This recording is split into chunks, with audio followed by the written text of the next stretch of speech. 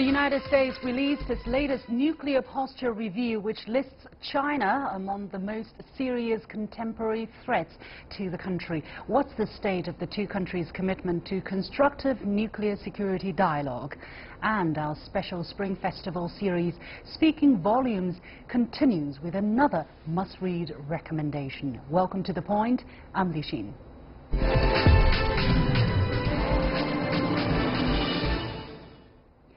2 years ago, on February the 20th, the first annual nuclear security dialogue mechanism was held between Chinese and U.S. governments. The two countries issued a joint statement declaring commitment to working together in global nuclear security architecture. A second annual meeting was held in March last year, 1 year later, to revisit this commitment. However, this year's newly published U.S. Nuclear Posture Review lists China among the contemporary threats to the U.S. and specifically lays out the U.S. nuclear strategy tailored to counter China. The Chinese Ministry of Foreign Affairs has responded that the document holds a Cold War mentality, plays the zero-sum game and deviates from peace and development. So why has the U.S. turned away from its commitment during the Obama era? What implications could this have on global peace and security? I'm joined in the studio by current affairs commentator Heine Tangen and Dr. Zhao Tong, fellow in the Nuclear Policy Program at the Carnegie Tsinghua Center for Global Policy. Gentlemen, welcome to the show. Now, we can compare two documents, basically two nuclear posture reviews by the United States. One was released in 2010 under the Obama administration, and then the latest one released by the Trump administration. The words are very, very different, depicting very different images. For instance, in the 2010 document, the U.S. was ensuring strategic stability with Russia and China, and that the U.S. and China are increasingly interdependent, whereas the wording in the 2018 report says Russia and China are contesting the international norms and order, and China is developing capabilities to counter U.S. power projection operations in the Asia-Pacific region. So what kind of turns and shifts are we watching, Aina?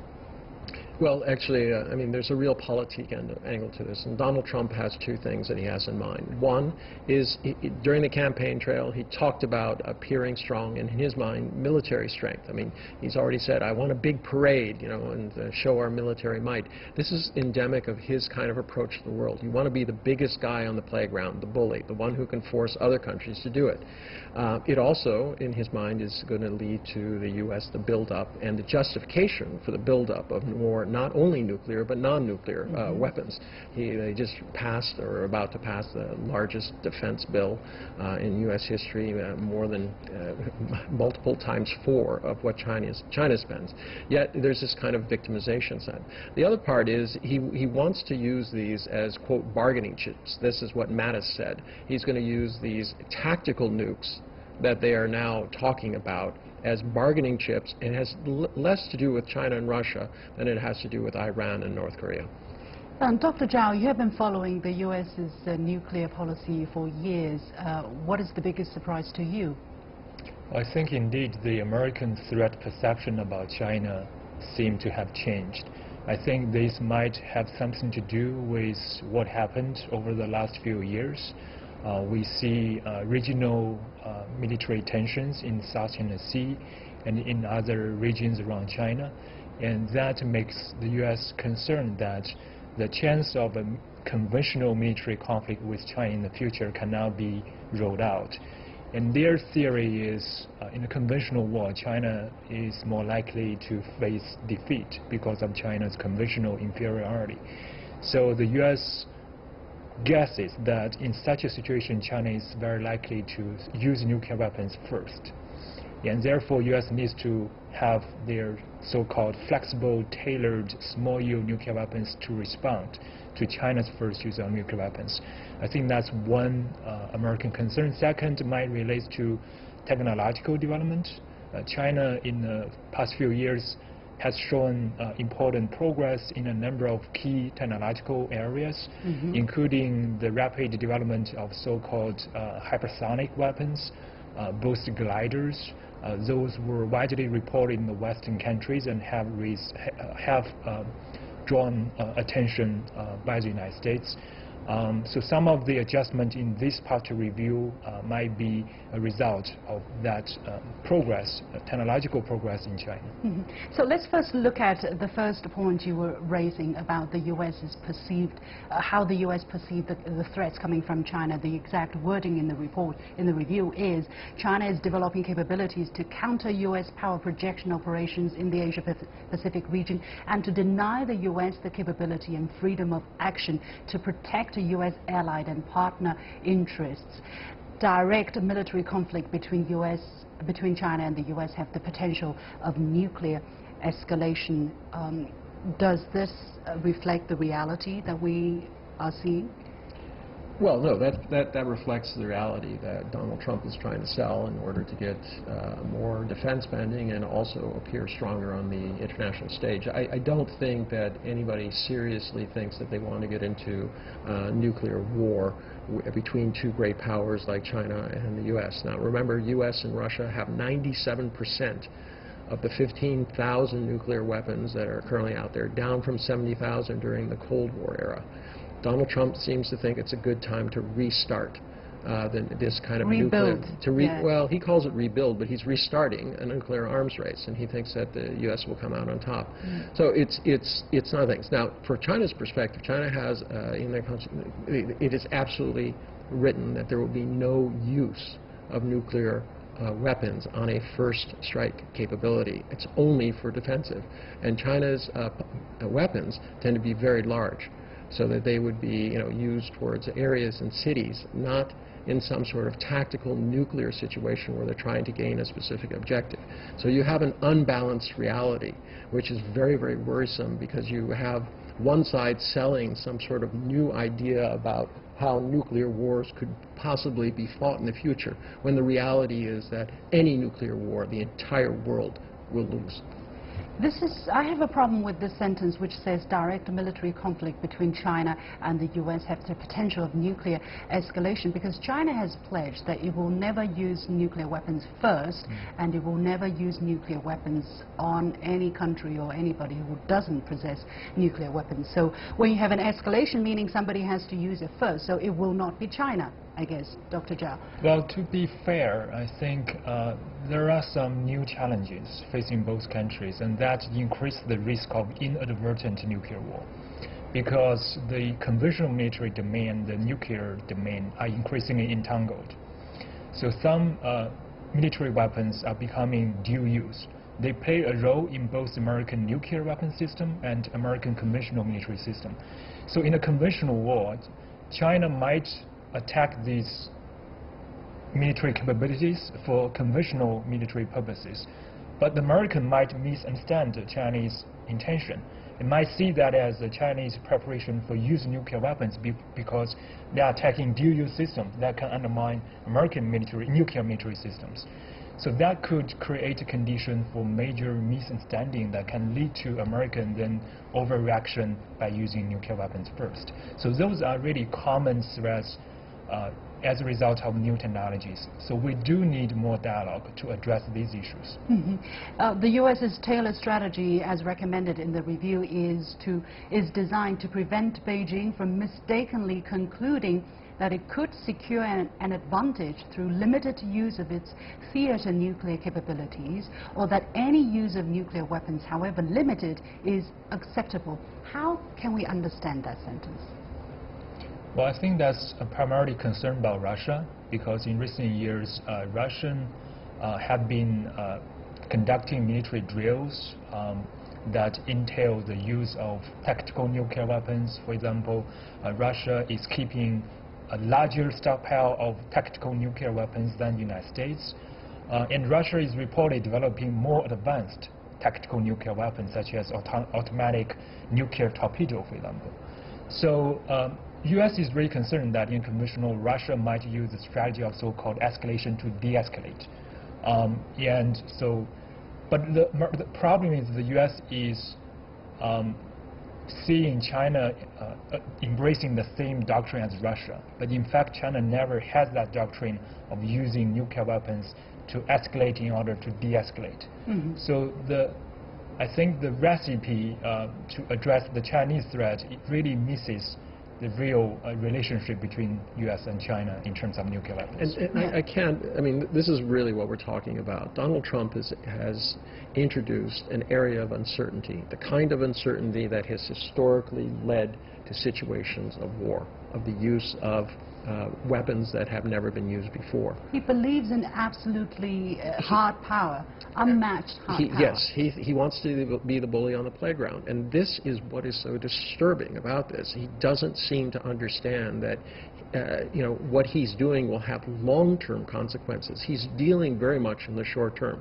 He wants to identify Russia and China as the enemy. We therefore have to defend against them. But in reality, I do think that he's looking more at these smaller situations in Iran and in North Korea as possible areas where he would use them. But he doesn't want to say that openly. So he can have it all. Basically, they said it very openly in this review because Russia, China, DPRK, and Iran have been put into the same category as contemporary threats facing the United States. Dr. Zhang, how do you look at this categorization of the threats supposedly posed by China being put in the same category? Well, I think that's very problematic.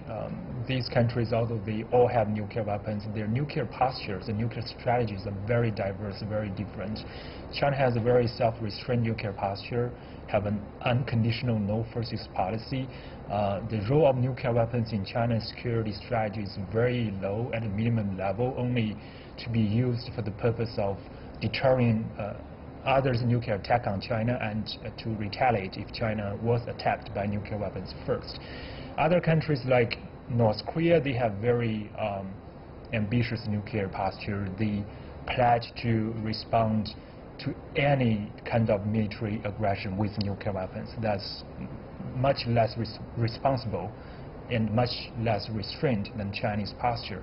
And Iran doesn't even have nuclear weapons yet. It has pledged never to develop nuclear weapons and has signed this JCPOA, the Iran nuclear deal, and accepts international inspectors on its civilian nuclear program. So it's very problematic to put all these countries in one basket and use one strategy, one-size-fits-all strategy to deal with all the threats. What is going to happen then to this dialogue mechanism? We are almost approaching the third-year timeline. Do you foresee any possibility that the two countries might have the opportunity or the willingness to sit down and talk about these matters? Well, indeed, there have been a number of unofficial level U.S.-China nuclear dialogues, and some progress has been made during these exchanges, and the topics have been broadened over the years to cover new challenges, new threats such as missile defense, conventional prompt global strike weapons, etc. What is lacking is direct and frank nuclear dialogue at the official level. The U.S. has been trying to promote the existing Track 2 level dialogue to the Track 1 level, the official level. But one problem is the U.S. always requires China to be so-called more transparent about China's nuclear capabilities. When China feels that it has such a small nuclear arsenal, being more transparent might release too much sensitive information and makes China's nuclear arsenal less viable.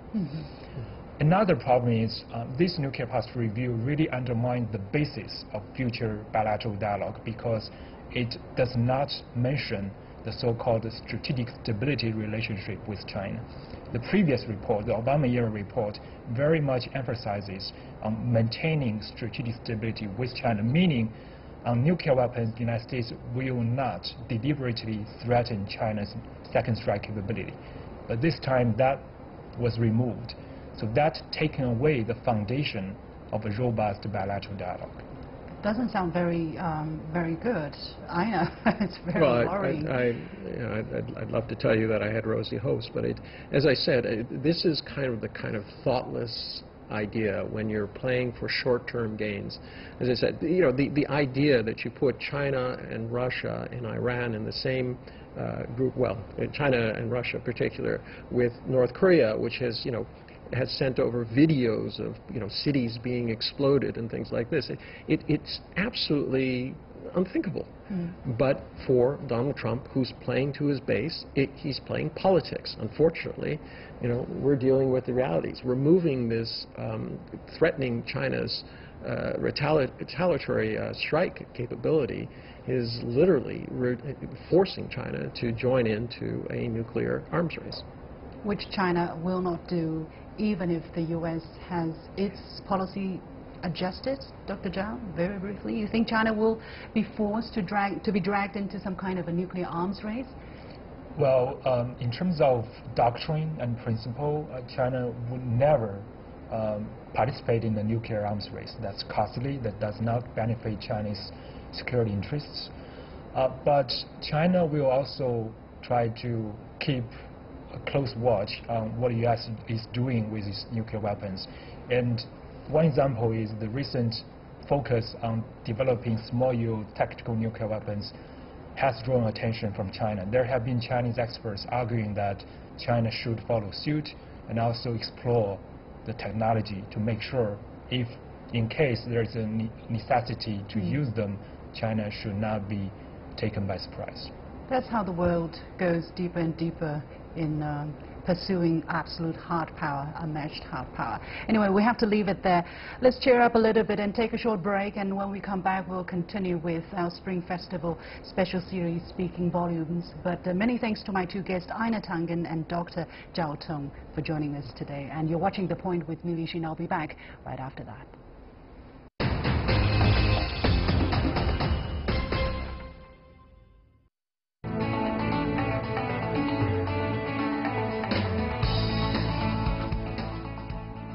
Welcome to Speaking Volumes, The Point's special 2018 Spring Festival program. During this special series, we have been inviting guests to come and share with us their favorite book.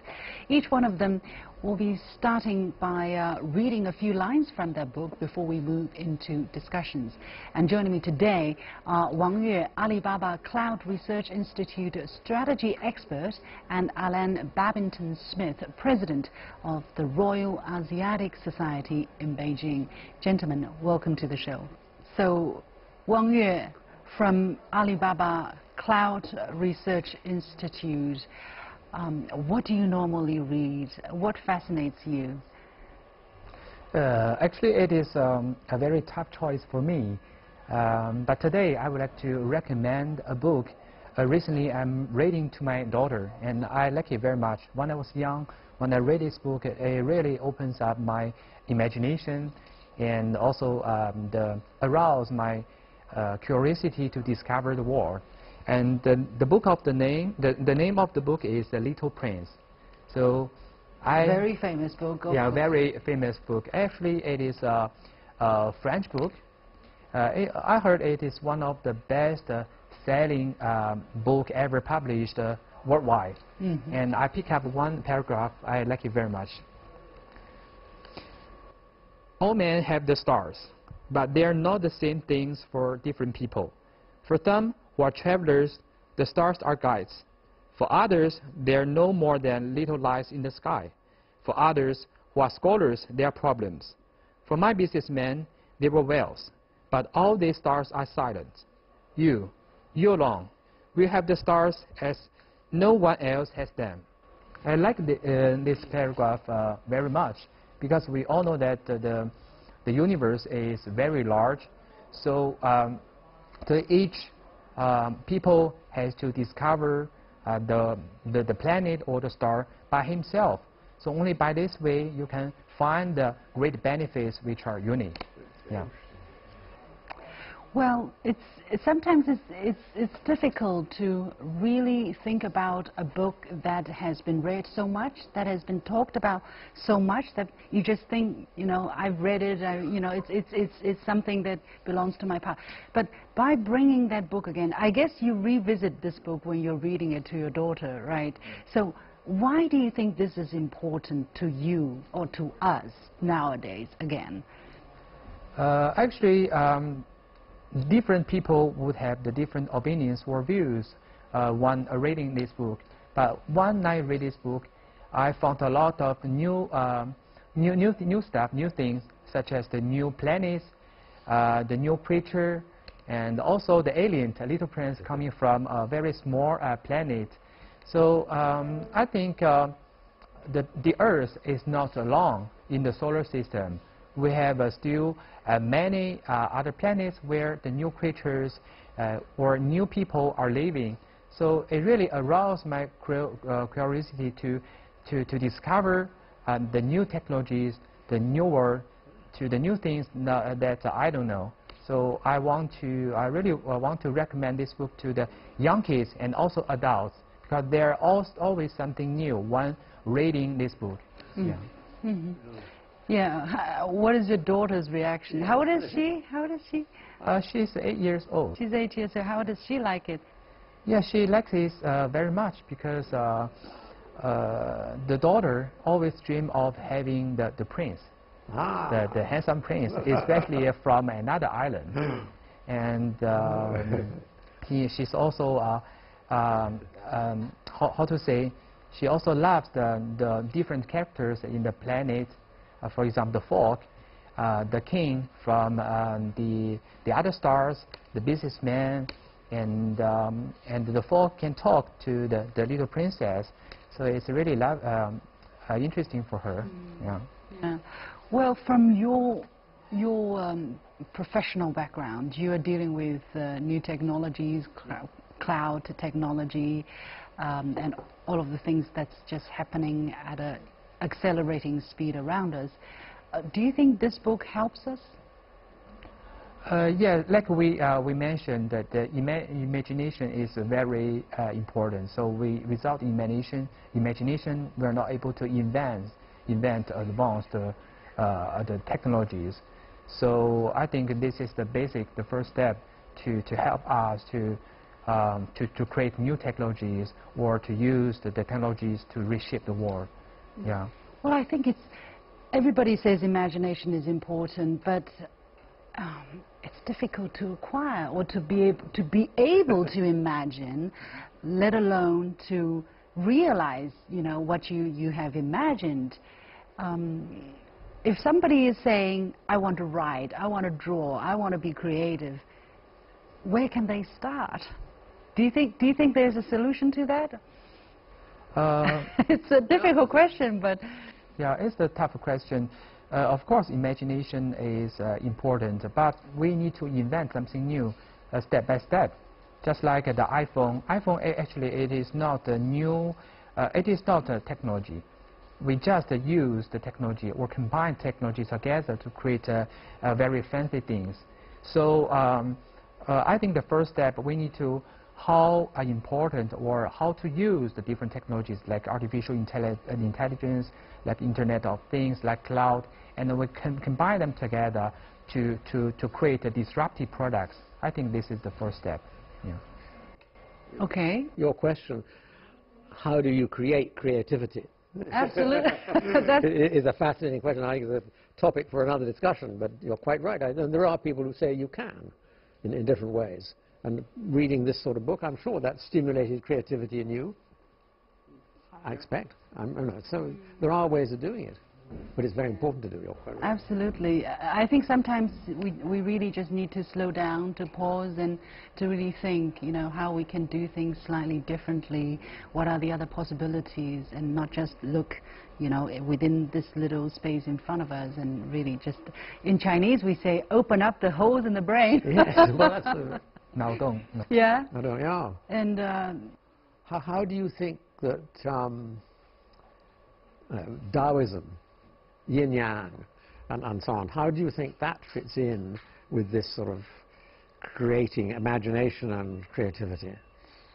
And I mean, in terms of the science fiction, going back to that, I don't know how this all fits in together with the sort of ambiguity that there is in Taoism and so on. It's a very deep question. Never really thought about it. Your take, maybe? Yeah. I think that there's must some explanations behind yin and yang. Maybe now we are not able to explain it explicitly, but just like we say the religion and the science, maybe there's some connection between them. So I believe the yin and yang is some new sort of technologies or science. Yeah? Is there any idea to incorporate those kind of yin and yang traditional or philosophical thinking into the technology that scientists and people in the technical world are trying to apply to our life? Yin and yang, I think it's just like the physical world and the digital world. Now all the people are living. That's an interesting aspect. Isn't it? That's fascinating. Because now all the people, all the living are in the physical world. But in the future, I think with the Internet of Things, with the clouding technologies, every physical stuff will get digital. So now we are creating a new world. We call it the digital world. And the digital world and the physical world, there's must some connection between them. For example, in the physical world, in the digital world, we can simulate what's happening in the real, and to make an adjustment or improvement. Mm-hmm. Where is the connection? How do you think these? I mean, sometimes the connection is that button, is the application that you have on your phone, is that button you press on that application. But still, is that the answer to the question, you think? What is the connection? Well, some people say that, of course, the whole of the computer business is yin and yang, because it's all binary on-off. That's all every computer does. It switches things on and off. And that is, you could say, that is yin and yang. And one of the stories that I was reading, I'm going to get the name of the author slightly wrong, was it Jing Jie? He wrote a book called The Circle, where, which is set, I think, in ancient China, where somebody comes to advise one of the warring kings and comes to assassinate him. And then he decides he's not going to assassinate the king. He becomes his advisor. And he introduces to the king the pi, 3.14, the circumference of the circle. And he explains to the king that you can never end calculating it. It goes on and on and on forever. And they work out a way of using all the inhabitants of the kingdom as a computer. And they have flags. And they raise and lower these flags. And it has exactly the same effect as the on-off of every computer calculation. And that, I mean, I don't know whether that has its origin in yin and yang, but that's what it is, yin and yang, switching on and off. Fascinating. I don't know whether he was thinking of that. I have no idea. Yeah. Fascinating. Right. But yeah, these questions will keep us thinking for a while. Well, I hope it doesn't interrupt or spoil anybody's Chunjie celebration. I hope not. Certainly not mine. I love these kind of, and this is the time where we really, think a bit at the end of the year what we did for during the past year, and look for the future. Yin and Yang again, the past and the future. It is, isn't it? Exactly, all together. Yeah. Well, we have to leave it there. Many thanks, Alan Babington-Smith, President of the Royal Asiatic Society in Beijing, and Wang Yue from Alibaba Cloud Research Institute, and he's a strategy expert. And that is it for this special edition of our program called Speaking Volumes. And my name is Liu Xin. Follow me on Facebook and Twitter using the handle The Point with Alex. Download the application CGTN to watch our show on your mobile devices, or go to YouTube and check out CGTN The Point. As always, thanks to the third place leader IOSpace to provide us the site support. And many thanks to our viewers for watching this special series. And that is it for today, and I'll see you on CGTN, as always, weeknights from Beijing.